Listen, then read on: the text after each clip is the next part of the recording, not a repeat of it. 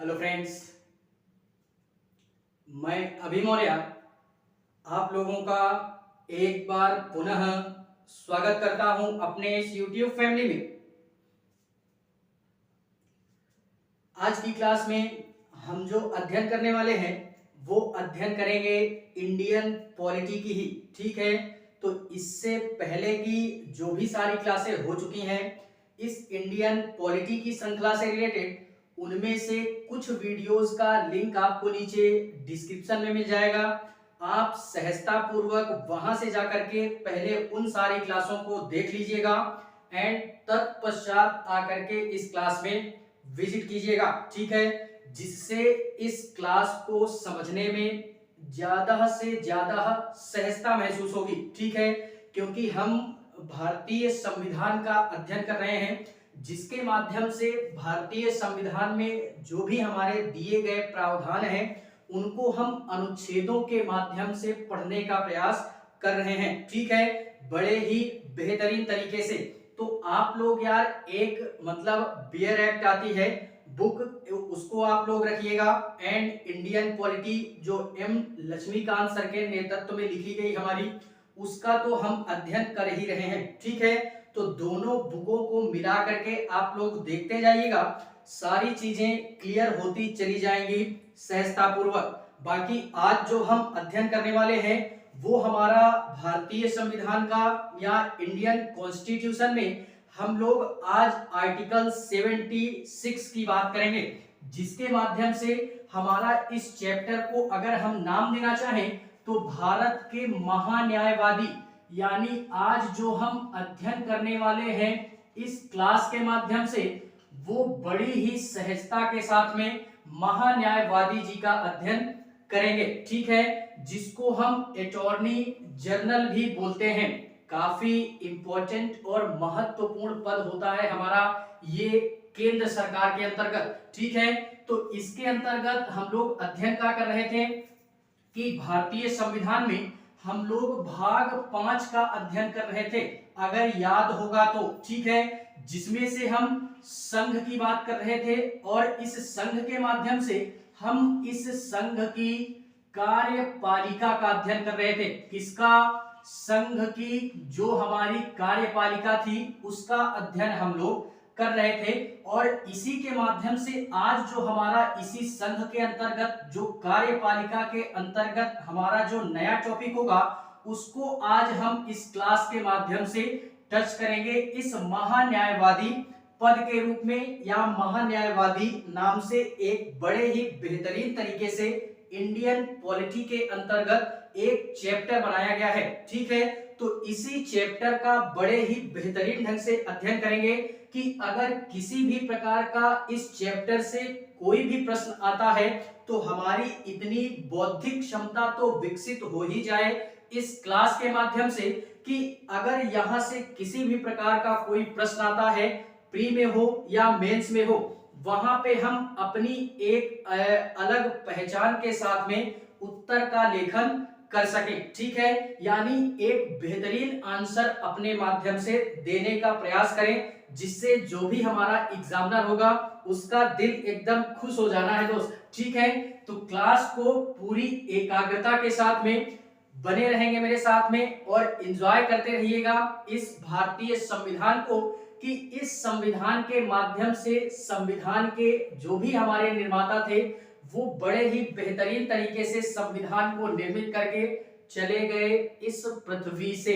ठीक है, और इस पृथ्वी पे जब तक ये भारत जैसा देश रहेगा तब तक अनंत कालों तक ये हमारा भारतीय संविधान यहाँ पे नियम और कानूनों को चलाता रहेगा और इन्हीं नियम और कानूनों के माध्यम से पूरा का पूरा भारत देश बंधा हुआ है और इसी की प्रशासनिक व्यवस्था इन्हीं नियम और कानूनों से चल रही है। ठीक है, तो बड़े ही आनंद के साथ में एंजॉय करिएगा मेरे साथ में क्लास को, बोरिंग महसूस नहीं कीजिएगा।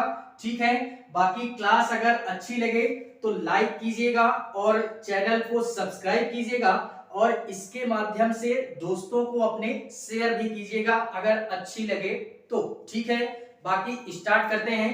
महान्यायवादी हमारा क्या होता है?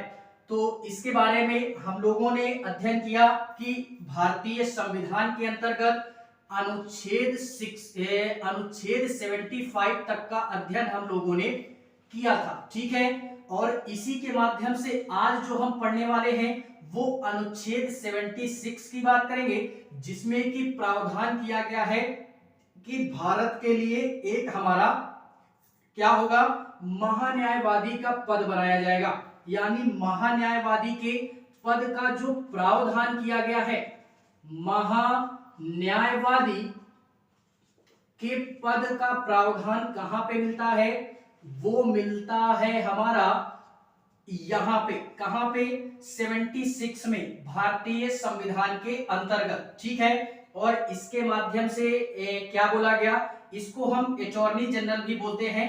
अर्थात अटॉर्नी का मतलब क्या होता है, अटॉर्नी का अर्थ हमारा होता क्या है, तो अटॉर्नी का हमारा जो अर्थ होता है, या इसका अगर हम लोग तात्पर्य समझना चाहें तो अटॉर्नी का मतलब ही होता है कानूनी शक्ति। क्या होती है, कानूनी शक्ति। यानी इसको हम लोग अटॉर्नी के नाम से जानते हैं, अटॉर्नी जनरल के नाम से जानते हैं, जिसमें अगर हम इस अटॉर्नी या इस महान्यायवादी के शब्द का अगर हम लोग इसको एक प्रकार से डिस्क्राइब करना चाहें तो इसका अर्थ ही हमारा होता है कानूनी, क्या होता है, कानूनी शक्ति, कानूनी शक्ति। अर्थात एक प्रकार से बोल सकते हैं कि केंद्र सरकार को, अर्थात जो भी हमारी केंद्र में सरकार बैठी हुई है उसको एक प्रकार से कानूनी सलाह देना या कानूनी सहायता देना, ये हमारा किसका कार्य होता है, ये अटॉर्नी जनरल अर्थात महान्यायवादी का काम हमारे होता है। अर्थात अगर बोलना चाहे एक प्रकार से डिफिनीशन के तौर पे, तो केंद्र सरकार को कानूनी रूप से जो सलाह देता है या इनको जो सहायता देता है उसी को हम महान्यायवादी के नाम से जानते हैं, ठीक है। तो ये हमारा हुआ महान्यायवादी। अब कानूनी सलाह किस प्रकार की कानूनी सहायता, तो फॉर एग्जाम्पल जैसे यार हम लोग इतना तो बड़े ही बेहतरीन तरीके से जानते हैं कि जो भी हमारी केंद्र में सरकार बैठी है वो चाहे पक्ष की सरकार हो या विपक्ष की सरकार हो, ठीक है।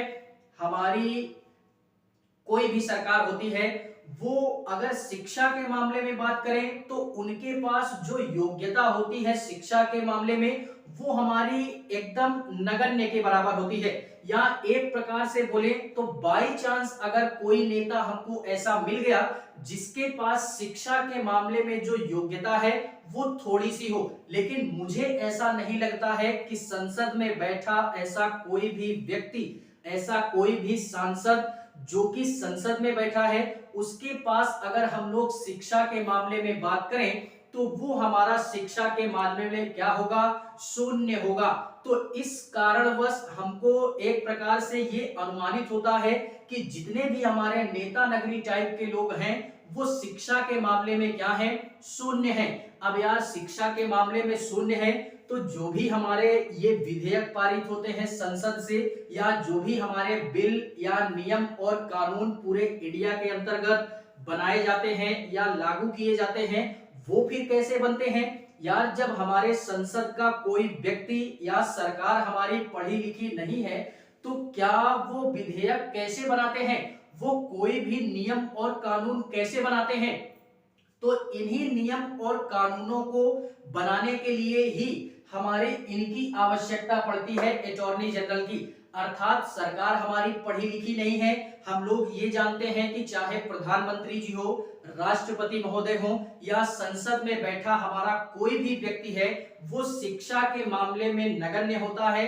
अर्थात नेता नगरी का चुनाव लड़ने के लिए या नेता वगैरह बनने के लिए हमको शिक्षा की आवश्यकता या शिक्षा की योग्यता होनी आवश्यक नहीं है, ये हम बड़े ही बेहतरीन तरीके से जानते हैं, ठीक है। तो इन्हीं सारे मामलों में जो हमारी सरकार नियम और कानून बनाती है, इन नियम और कानूनों में किसी भी प्रकार का कोई प्रशासनिक या कानूनी एक प्रकार से बोले तो समस्याएं ना आए। जो भी नियम और कानून बनाना है इसमें पूरे देश के संदर्भ में देश के नागरिकों का क्या हित छुपा हुआ है, क्या अहित छुपा हुआ है, या इनमें, इन विधेयकों में या इन बिलों में जो संसद पेश करती है और पारित करती है, इनमें किसी भी प्रकार की कोई समस्या ना आए, तो इसी समस्याओं के निदान के लिए एक कानूनी पद हमारा बनाया गया संविधान के अंतर्गत, जिसको हम महान्यायवादी के नाम से जानते हैं। तो एक प्रकार से ये बोल सकते हैं कि महान्यायवादी जो होता है ये सरकार को कानूनी सलाह देता है या उनको कानूनी सहायता देता है, तभी सरकार किसी भी प्रकार का कोई भी हमारा विधेयक, कोई भी हमारा बिल जो कि पूरे देश के हित से जुड़ा होता है, उसी को एक विधेयक या बिल के रूप में पारित करके नियम और कानून के रूप में इसको पूरे देश के लिए क्या करती है, लागू कर देती है। ठीक है, फॉर एग्जाम्पल जैसे अभी हम लोगों ने देखा था कि जीएसटी बिल आया था। यार जब सरकार हमारी पढ़ी लिखी नहीं, संसद का कोई व्यक्ति पढ़ा लिखा नहीं, तो वो क्या करेगी कि वो जीएसटी बिल कैसे ला दिया। यानी जब सरकार पढ़ी लिखी नहीं तो जीएसटी कैसे। अब संसद में किसी भी व्यक्ति से या सांसदों से अगर हम पूछेंगे कि जीएसटी के संदर्भ में हमको कुछ समझाइए, तो वो यार मुझे ऐसा लगता है वो नहीं बता पाएंगे। किसान आंदोलन भी आया था, अगर संसद के किसी भी एक मंत्री से या किसी भी एक सांसद से हम पूछ लें कि किसान आंदोलन बिल क्या होता है, तो वो पूर्णतः अच्छी तरीके से समझा नहीं सकता है। लेकिन फिर भी नियम और कानून के रूप में किसान आंदोलन भी आया, जीएसटी बिल भी आया, या इस प्रकार के जितने भी हमारे नियम और कानून आते हैं पूरे देश के संदर्भ में, वो हमारी संसद ही बनाती है। ठीक है, तो इन्हीं नियम और कानूनों में कोई परेशानी ना आए, कानूनी रूप से जो सरकार बनाती है, तो इसी सरकार को एक प्रकार से बोले तो दिमाग देने के लिए कौन बैठा है, महान्यायवादी बैठा है, जो कि सरकार को कानूनी सलाह एक प्रकार से देता है। ठीक है, तो आई होप यार ये महान्यायवादी क्या होता है समझ में आ गया होगा। इसके पश्चात में हम लोग ये देखते हैं कि इनकी नियुक्ति होती है, इनकी नियुक्ति होती है, ना कि निर्वाचन होता है। और इनकी जो नियुक्ति होती है वो करता कौन है, तो नियुक्ति राष्ट्रपति महोदय करते हैं। कौन करता है, राष्ट्रपति महोदय। और किसकी सहायता से, तो प्रधानमंत्री की सहायता से, प्रधानमंत्री की सहायता से हमारा ये जो भी एक प्रकार से बोले महान्यायवादी जी हैं, इनका नियुक्ति करते हैं राष्ट्रपति महोदय और प्रधानमंत्री की सहायता से।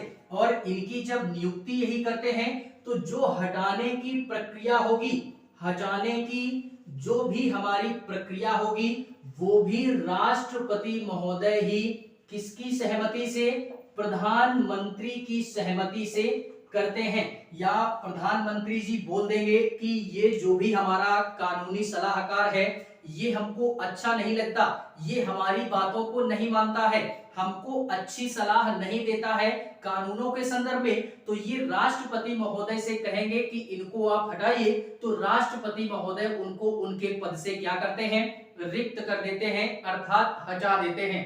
ठीक है, तो ये सारी चीजें याद रखना है। और इनका जो कार्यकाल होता है, फिलहाल में ये राष्ट्रपति के एक प्रकार से बोले तो प्रसाद पर्यंत होते हैं। लेकिन दो चीजें यहाँ पे याद रखिएगा कार्यकाल से संबंधित, कि महान्यायवादी जी का जो कार्यकाल होता है वो 5 वर्ष का होता है, एवं इसके पश्चात में राष्ट्रपति जी के प्रसाद पर्यंत होते हैं, प्रसाद पर्यंत होते हैं, अर्थात राष्ट्रपति जी के इच्छा अनुसार ये इस पद पे बैठते हैं और इन्हीं के इच्छा अनुसार इनको इनके पद से क्या किया जाता है, हटा दिया जाता है। ठीक है, लेकिन यहाँ पे एक पॉइंट और नोट कीजिएगा कि मैंने 5 वर्ष यहाँ पे क्यों लिखा।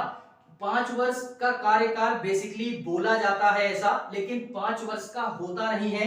मोस्ट इंपॉर्टेंट टॉपिक हमको ये याद रखना है कि प्रसाद पर्यंत होते हैं, अर्थात एक प्रकार से बोले तो इनका जो कार्यकाल होता है वो पूर्णकालिक नहीं होता है, यानी 5 वर्ष का नहीं होता है, पूर्णकालिक नहीं होता है, क्योंकि राष्ट्रपति जी के प्रसाद पर्यंत होते हैं तो इनको 5 वर्ष के पहले भी हटाया जा सकता है इनके पद से। ठीक है, तो इनको हम एक तरीके से बोल सकते हैं कि इनका जो पद होता है वो पूर्णकालिक नहीं होता है और राष्ट्रपति के इच्छा अनुसार ही ये इस पद को संभालते हैं। ठीक है, इतनी सारी चीजें हमको याद रखनी है।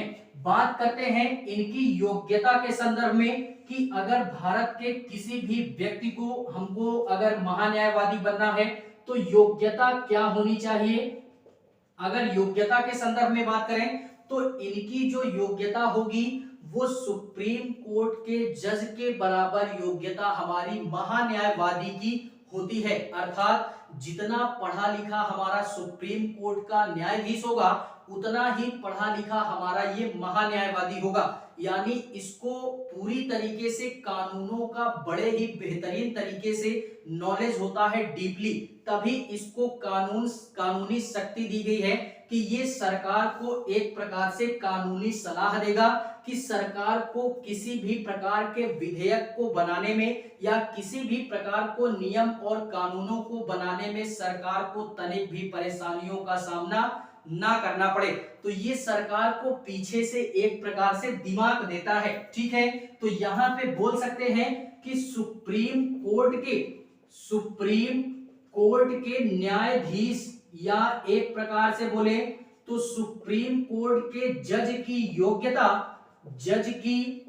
योग्यता के बराबर ही हमारे महान्यायवादी की क्या होती है, महान्यायवादी की भी योग्यता होती है। अब सुप्रीम कोर्ट के जज की क्या योग्यता होती है तो इसके लिए एक दो पॉइंट मैं यहाँ पे लिखे दे रहा हूं। बाकी यार जब हम लोग सुप्रीम कोर्ट का अध्ययन करेंगे तो वहां पे बड़े ही डिटेल में सुप्रीम कोर्ट के माध्यम से मैं वहां पे समझाने का प्रयास करूंगा। ठीक है, लेकिन फिर भी एक दो पॉइंट ये नोट कीजिएगा कि किसी भी हाई कोर्ट में यानी सुप्रीम कोर्ट के जज की जो योग्यता होती है वो होती है किसी भी हाई कोर्ट में कम से कम 10 साल वो बंदा क्या कर चुका हो, वकालत कर चुका हो, तो वो सुप्रीम कोर्ट का जज बन सकता है। या किसी भी हाई कोर्ट में एक और लिख लेना, किसी भी हाई कोर्ट में 5 साल तक वकालत कर चुका होगा तो फिर वो एक प्रकार से बोले सुप्रीम कोर्ट का जज बन सकता है। ठीक है, तो इस प्रकार की हमारी योग्यताएं सुप्रीम कोर्ट के जज की है और यही योग्यताएं हमारी अटॉर्नी जनरल अर्थात महान्यायवादी की भी होती हैं। ठीक है, तो फिलहाल में ये सारी चीजें एक दो पॉइंट देख लीजिएगा ऐसे ही समझने के लिए। बाकी यार हम जब सुप्रीम कोर्ट का अध्ययन करेंगे तो वहां पे डिटेल से इसका अध्ययन करेंगे कि इनकी योग्यता हमारी क्या होती है। ठीक है, फिलहाल में केवल और केवल इतना याद रखना है कि सुप्रीम कोर्ट के जज की जो भी योग्यताएं होती हैं वही हमारे भारत के महान्यायवादी की योग्यता होती है। ठीक है, तो ये हमारा महान्यायवादी की योग्यता हो गई। इनकी नियुक्ति कौन करेगा, राष्ट्रपति महोदय। किसकी सलाह से, प्रधानमंत्री की सलाह से, और ये हटाने की प्रक्रिया भी यही होती है हमारे। ठीक है, लेकिन फिलहाल में ये सारी चीजें हम लोगों ने देख ली। इसके पश्चात में अब हम लोग बात करते हैं बाई चांस इसी में हमारे जिस प्रकार ये अटॉर्नी जनरल होते हैं, इससे पहले हम लोगों ने मिनिस्टर वाली क्लास देखी थी तो उसमें हम लोगों ने देखा था कि उसमें अलग अलग विभाग के मंत्री होते हैं, कैबिनेट मंत्री, राज्य मंत्री, उप मंत्री। जो कैबिनेट मंत्री होते हैं वो राज्य मंत्री उनकी सलाह के लिए होते हैं, उप मंत्री राज्य मंत्री की सलाह के लिए होते हैं। तो सेम उसी प्रकार से क्या होता है, सेम उसी प्रकार से यहाँ पे भी होता है। और यहाँ पे क्या होता है, यहाँ पे खेला होता है मेरे से। खेला क्या होता है, खेला ये होता है कि जिस प्रकार से ये हमारे अटॉर्नी जनरल होते हैं, अटॉर्नी जनरल होते हैं, इनकी सहायता के लिए बनाया जाता है हमारा एक और जो कि इनकी सहायता करता है, उसको हम लोग क्या बोलते हैं, अटॉर्नी जनरल। इसको हम लोग सॉलिसिटर जनरल क्या बोलते हैं, सॉलिसिटर जनरल के नाम से भी जानते हैं, जो कि इनकी सहायता के लिए होता है। और इस सॉलिसिटर जनरल की सहायता के लिए भी एक हमारा और पद बनाया गया जिसको एडिशनल क्या बोला गया मेरे से, additional solicitor general. Additional additional solicitor general के नाम से भी जानते हैं, ठीक है, जो कि इनकी सहायता के लिए होता है। कभी कभार क्या होता है कि फिलहाल में पहले ये देखते हैं इनकी जो योग्यता अटॉर्नी जनरल की, वो सुप्रीम कोर्ट के जज के बराबर योग्यता होती है, ठीक है। और जो सॉलिसिटर जनरल होते हैं इनकी योग्यता होती है हाई कोर्ट के जज के बराबर, हाई कोर्ट के जज के बराबर योग्यता सॉलिसिटर जनरल की। और एडिशनल सॉलिसिटर जनरल की योग्यता जो होती है ये होती है डिस्ट्रिक्ट कोर्ट, यानी डिस्ट्रिक्ट कोर्ट का जो हमारे जज की योग्यता होगी वही योग्यता हमारी एडिशनल सॉलिसिटर जनरल की योग्यता होगी, ठीक है। और फिलहाल में ये हमारा अटॉर्नी जनरल जो होता है, एक प्रकार से बोले जब सरकार हमारी कोई नियम और कानून बनाती है और फिलहाल में सरकार के पास बहुत सारा कार्य होता है, ठीक है, उनको काफी सारी चीजें देखनी है, तो सरकार क्या करती है कि जब हमारे किसी भी विधेयक को बनाती है तो वो इनसे सलाह लेती है। और जब कई सारे नियम और कानून बनाने होते हैं तो अटॉर्नी जनरल के पास में काफी सारा कार्य हो जाता है, एक बर्डन टाइप में हो जाता है, यानी एक बोझा टाइप में हो जाता है। तो कार्य जब ज्यादा हो जाता है तो इसी की सहायता के लिए वो इनका इस्तेमाल करते हैं, यानी अटॉर्नी जनरल ये बोल देते हैं कि हमारे पास में कार्य ज्यादा हो गया है या कुछ ज्यादा नियम और कानूनों का प्रावधान कर दिया गया है सरकार के द्वारा, तो आप कुछ नियम और कानूनों को या जो भी सारा कार्य मेरे पास में मेरे अतिरिक्त बचा हुआ है, जो ज्यादा कार्य है मेरे पास में, उसको आप देख लेना, ठीक है। तो ये सॉलिसिटर जनरल फिर कुछ कार्यों को देखते हैं अटॉर्नी जनरल को, और इसी प्रकार से जब इनके पास भी ज्यादा कार्यभार हो जाता है तो ये अपने नीचे वाले को अर्थात एडिशनल सॉलिसिटर जनरल को बोलते हैं कि जो भी सारा कार्यभार है अब तुम देख लेना, ठीक है। तो इसी प्रकार से एक प्रकार से बोले तो अटॉर्नी जनरल की सहायता के लिए सॉलिसिटर जनरल, सॉलिसिटर जनरल की सहायता के लिए एडिशनल सॉलिसिटर जनरल का पद हमारे बनाया गया है, ठीक है। और फिलहाल में ये हमारे एडिशनल सॉलिसिटर जनरल वर्तमान में इनकी संख्या 4 है, ठीक है, इनकी संख्या 4 है। और ये सॉलिसिटर जनरल वर्तमान में एक ही है और ये अटॉर्नी जनरल इनकी भी संख्या वर्तमान में एक ही है पूरे इंडिया के अंतर्गत में, ठीक है। इतनी सारी चीजें याद रखनी है। इसी के पश्चात में ये और बात करें तो इसी के पश्चात में अगर हम बात करें तो ये सरकार के काफी वफादार होते हैं। कौन वफादार होते हैं? ये अटॉर्नी जनरल सरकार के काफी वफादार होते हैं, यानी किसी भी प्रकार की कोई गद्दारी नहीं करना है, सरकार के प्रति एकदम रुचिकर रूप में या रुचि को बनाते हुए सरकार के साथ मिल करके कार्यों को संवहित करना है, ठीक है।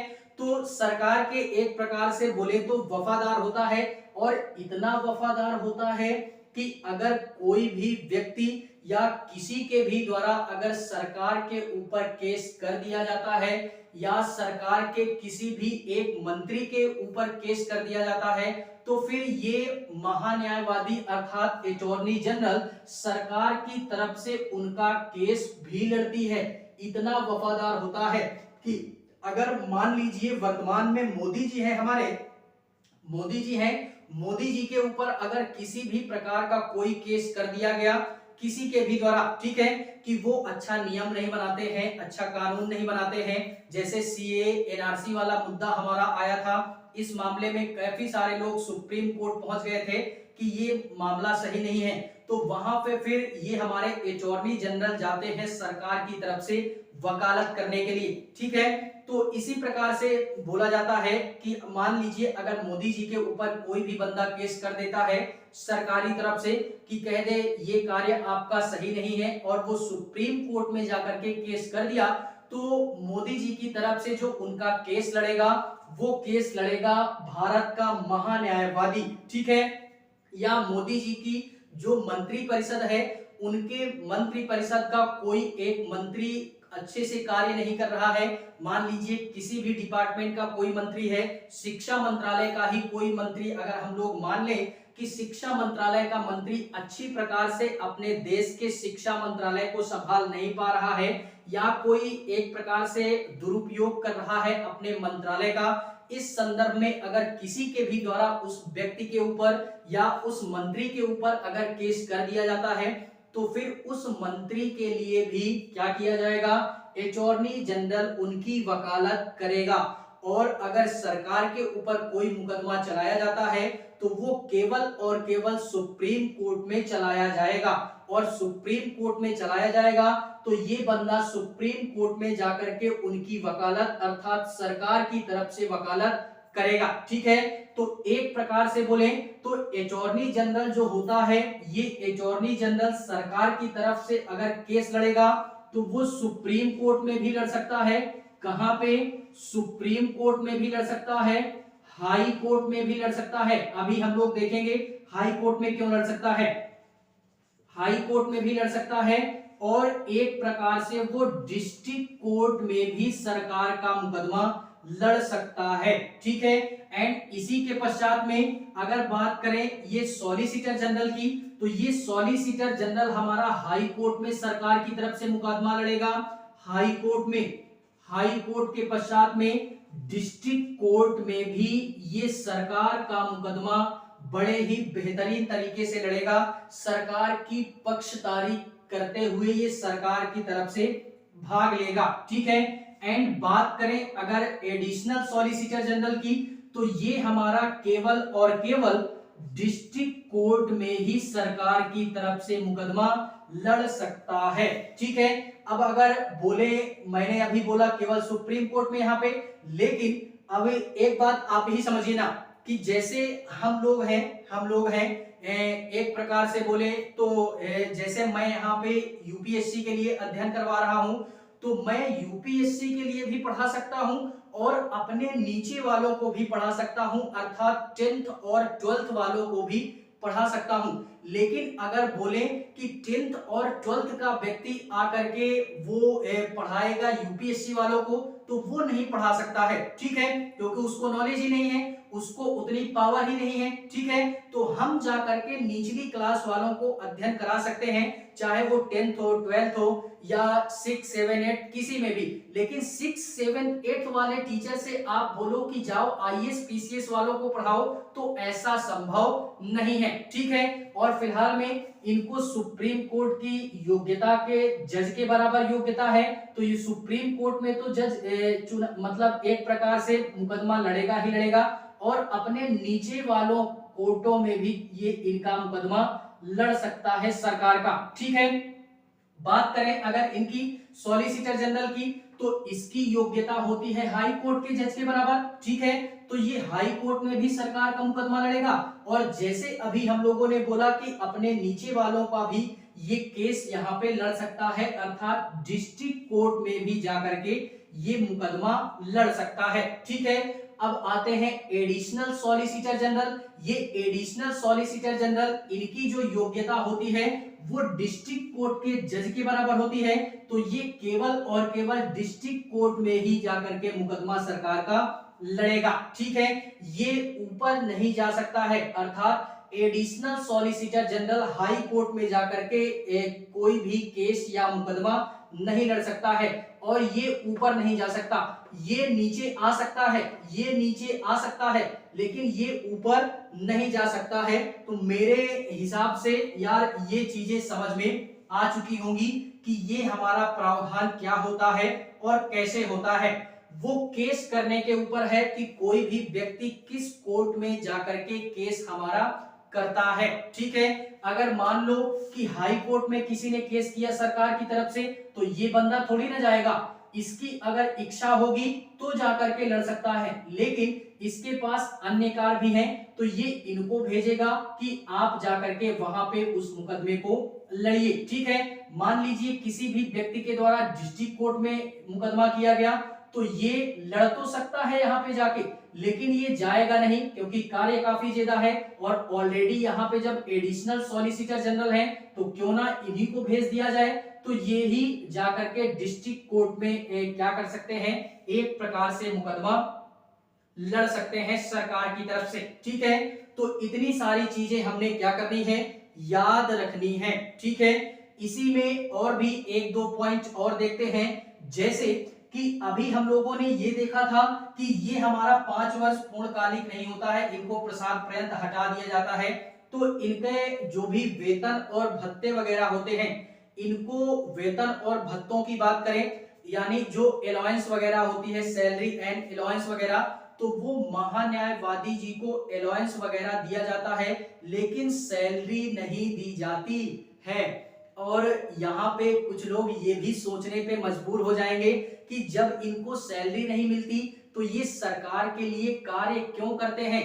तो मेरे शेर, यहाँ पे एक तथ्य समझने वाली बात ये है, इनको सैलरी इस कारणवश नहीं दी जाती है, ये भी कम दिमागदार नहीं होता बंदा, क्योंकि कानून के रूप में या कानून के एक प्रकार से बोले तो कानूनी रूप से ये विद्वान होता है बंदा, तभी सरकार को एक प्रकार से बोले तो कानूनी सलाह देता है। ठीक है, दिमाग काफी होता है, ये जानता है कि संविधान में मेरे लिए किसी भी प्रकार का पद का प्रावधान नहीं किया गया है, यानी मेरे कार्यकाल से रिलेटेड कोई फिक्स प्रावधान नहीं है, मुझे कभी भी हटाया जा सकता है राष्ट्रपति जी के द्वारा।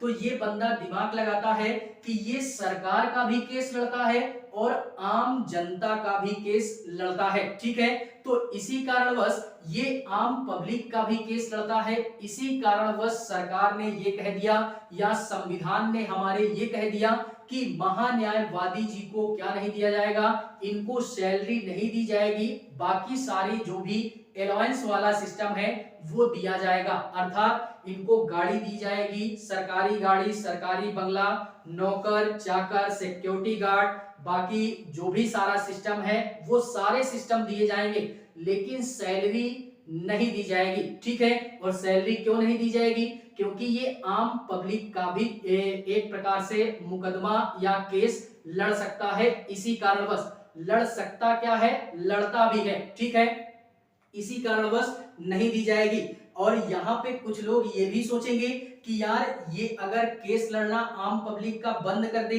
तो सरकार इसको सैलरी देने लगेगी।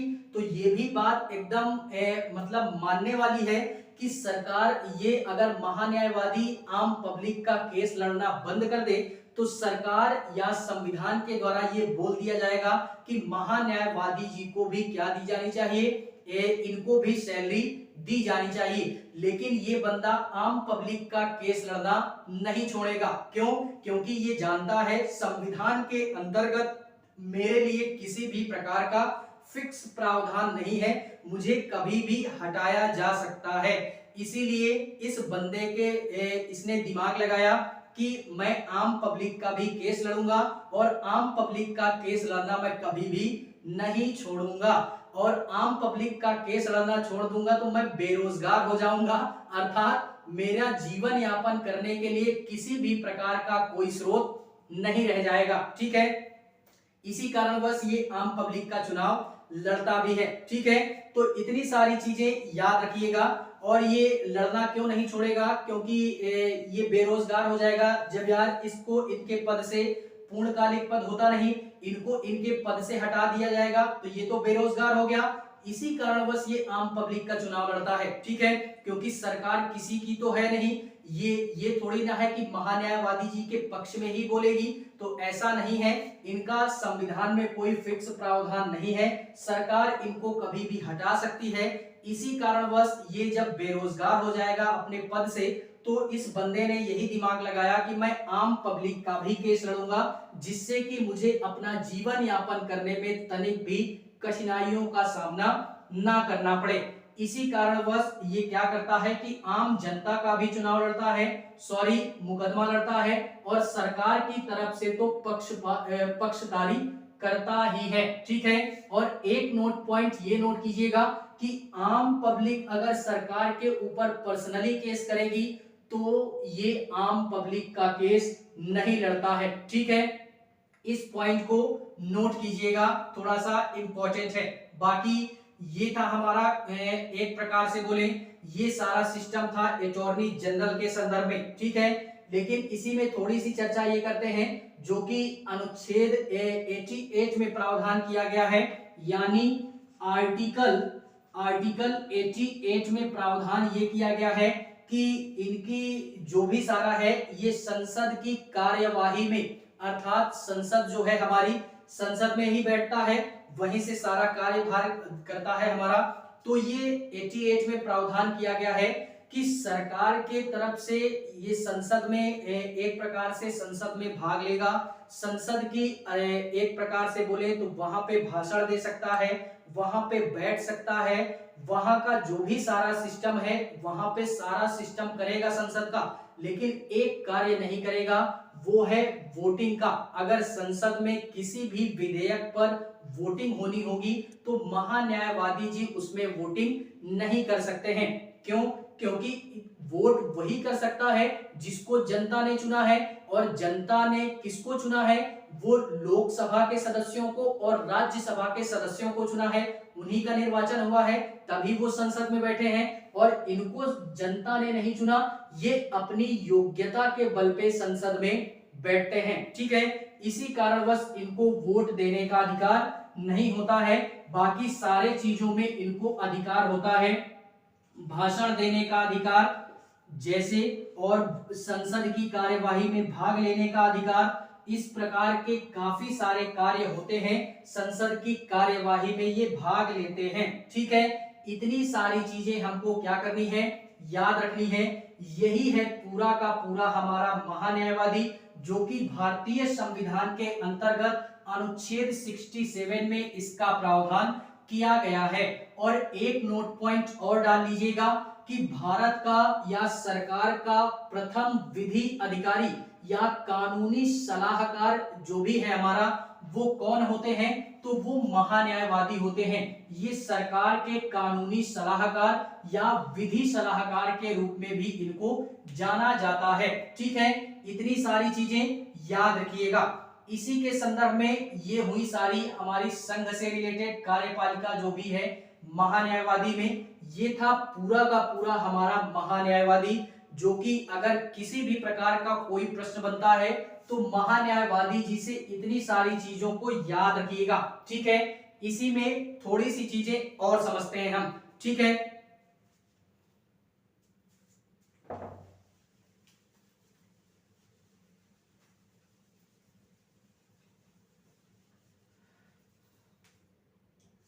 देखते हैं इसी में थोड़ी सी चीजें क्या समझते हैं कि जिस प्रकार से अभी हम लोगों ने ये अध्ययन किया कि ये हमारा केंद्र से रिलेटेड, अर्थात केंद्र में हमारा महान्यायवादी, ठीक है। जस्ट इसी प्रकार से राज्य में भी होता है। क्या होता है?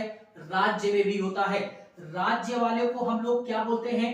राज्य वाले को हम लोग क्या बोलते हैं? इसका जो प्रावधान किया गया है वो आर्टिकल 165 के मध्य में किया गया है कि राज्य में एक क्या होगा? राज्य में एक एडवोकेट अटॉर्नी जनरल होगा। एडवोकेट अटॉर्नी जनरल या केवल जनरल भी बोल सकते हैं, ठीक है। एडवोकेट जनरल या एडवोकेट अटॉर्नी जनरल दोनों में से कुछ भी बोल सकते हैं। तो ये राज्य के संदर्भ में होगा। कहां पे होगा? स्टेट के संदर्भ में। ये किसको सलाह देगा? ये हमारा सलाह देगा राज्य सरकार को, कानूनी रूप से सलाह देगा। एक प्रकार से ये याद रखना कि सेम टू सेम किसी भी प्रकार का कोई चेंजमेंट नहीं होगा। जिस प्रकार महान्यायवादी केंद्र में होता है उसी प्रकार से एडवोकेट जनरल राज्य में होता है। सारा सिस्टम जो भी हम लोगों ने अध्ययन किया, सारा का सारा सिस्टम स्टेट में उसको चेंज कर दीजिएगा। जैसे यहाँ पे नियुक्ति राष्ट्रपति महोदय प्रधानमंत्री की सहायता से, तो यहाँ पे जो इनकी नियुक्ति करेगा वो राज्यपाल अर्थात गवर्नर करेगा। किसकी सहायता से? चीफ मिनिस्टर की सहायता से, ठीक है। इसको हमने याद रखना है। चीफ मिनिस्टर की सहायता से इनकी नियुक्ति हमारे की जाएगी राज्य में। किसकी? एडवोकेट जनरल की।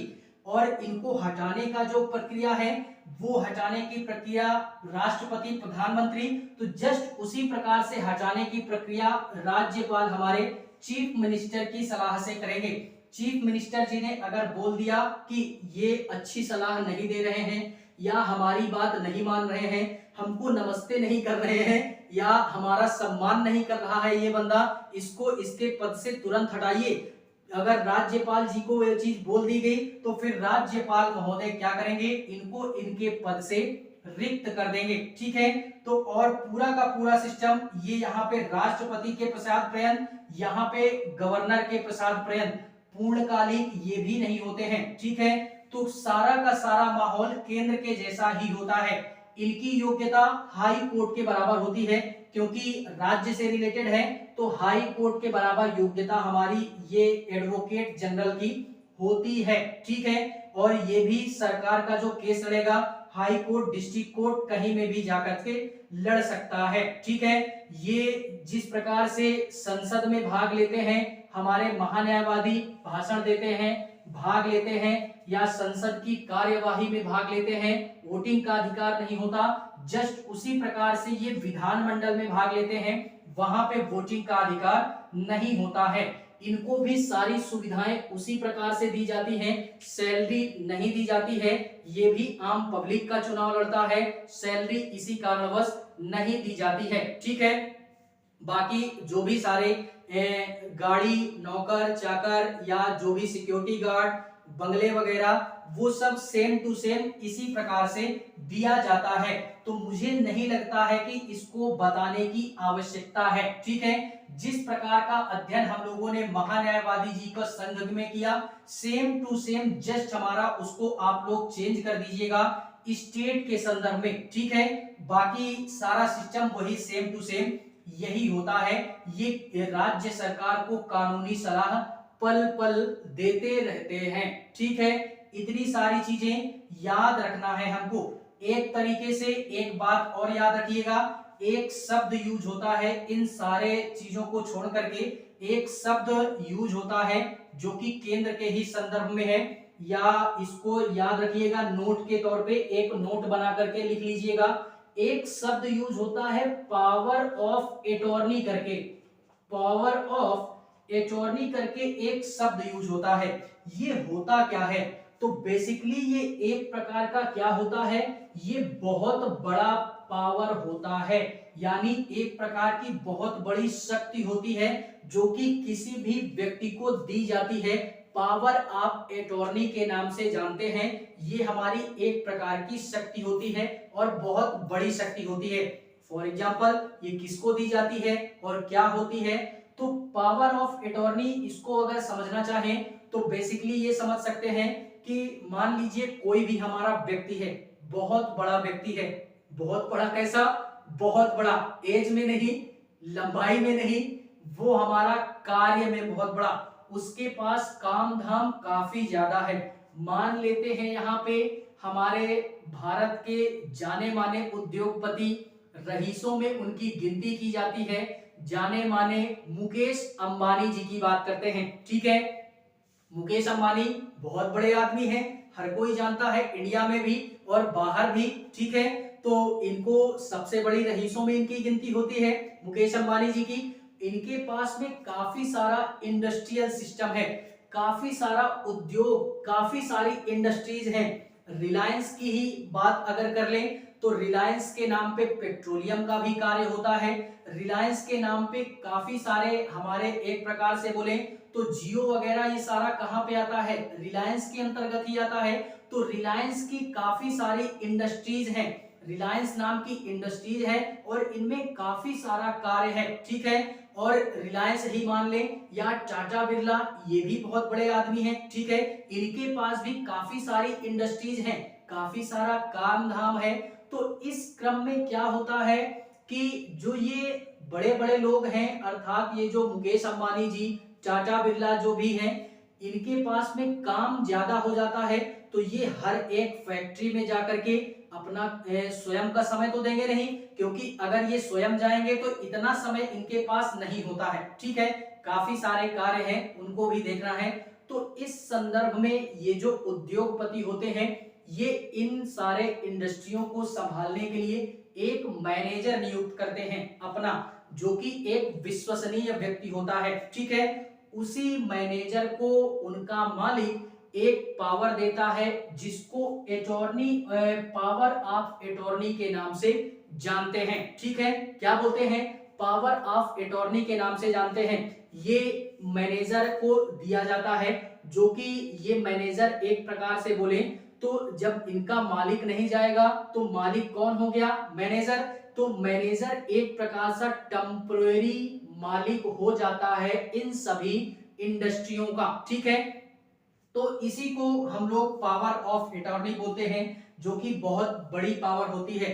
और कभी कभी तो ऐसे हमारे बुद्धिजीवी अटॉर्नी हुए हैं, पावर ऑफ अटॉर्नी हुए हैं, जिनको ये दिया गया। कभी कभी कुछ मैनेजर क्या करते हैं, अपना दिमाग लगा दे जाते हैं और कंपनी में घोटाला कर देते हैं, क्योंकि वो जानते हैं सारा कार्यभार हम ही को देखना है, मालिक के बाद हम ही है, मालिक हमारा जल्दी आएगा नहीं। ठीक है, हमको तो पावर मिला है पावर ऑफ अटॉर्नी का, तो सारी चीजें हमें ही देखना है, तो क्यों ना हम थोड़ी सी यहाँ पे अपना भी फायदा देखें। जो कि एक हमारे जाने माने उद्योगपति बिरला जी हैं, बिरला इंडस्ट्रीज। तो क्या करते हैं कि इनका जो पावर ऑफ अटॉर्नी था या जो मैनेजर था, उन्होंने उस बंदे ने दिमाग लगा करके थोड़ा सा कंपनी में घोटाला किया था कि कंपनी ही पूरी अपने नाम कर ली।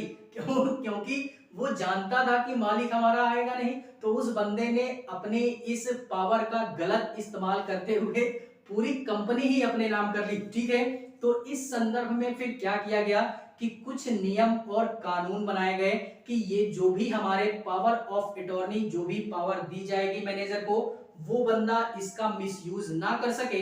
तो इस क्रम में भी क्या किया गया कि कुछ नियम, कुछ क्या, बहुत सारे नियम कानून बनाए गए। वो हमको यार यहाँ पे फिलहाल में पढ़ना नहीं है, लेकिन हम लोगों ने अध्ययन थोड़ा सा कर लिया क्योंकि ये शब्द हमको मिल गया था। ठीक है, बाकी जो भी हमारे बड़े बड़े वकील हैं या जो जज हैं, उनसे अगर हम लोग ये इन सारी चीजों के बारे में पूछेंगे तो वो डिटेल में बताएंगे। ठीक है, क्योंकि काफी सारे नियम और कानून होते हैं पावर ऑफ अटॉर्नी के।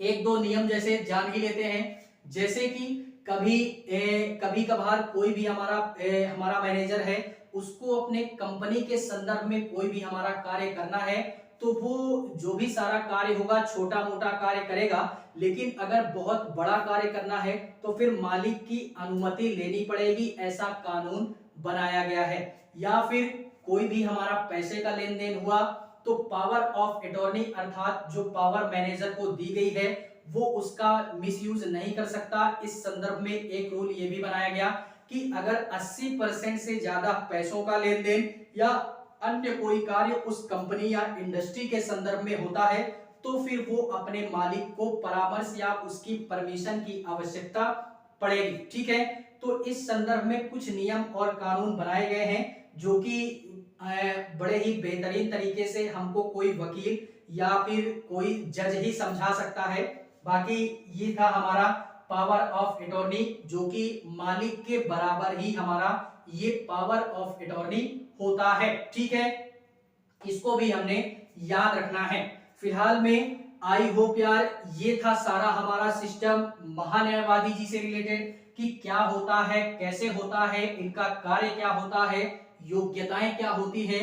फिलहाल में भारतीय संविधान के अंतर्गत ये अनुच्छेद 76 का प्रावधान बड़े ही बेहतरीन तरीके से यही सारी चीजों को प्रावधानित करता है। ठीक है, तो आई होप क्लास आपको पसंद आएगी। एक बार नहीं, एक बार में समझ में नहीं आता, दोबारा रिवाइंड करके देखिएगा।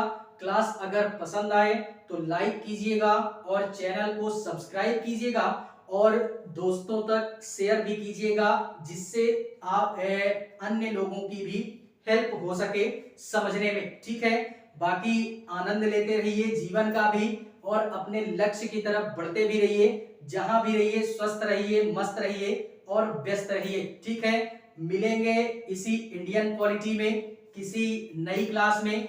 तब तक के लिए जय हिंद।